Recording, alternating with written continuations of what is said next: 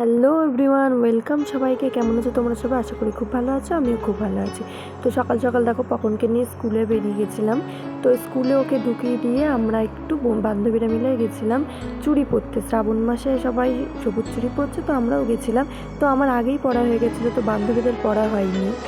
তো দেখো বেরিয়ে এত জোরে বৃষ্টি নেমেছে, সবাই কিভাবে দাঁড়িয়ে আছি দেখো। আমাদের শেষ পর্যন্ত কিন্তু চুড়ি পরতে যাওয়া হয়নি, এত বৃষ্টি নেমেছে। তো তারপরে স্কুল থেকে পকনকে নিয়ে, পকনের আজকে এক্সাম ছিল, তো পকনকে স্কুল থেকে নিয়ে বাড়ি চলে আসছিলাম। আর ওদের সবাইকে একটা করে গাছ দিয়েছি জানো তো স্কুল থেকে।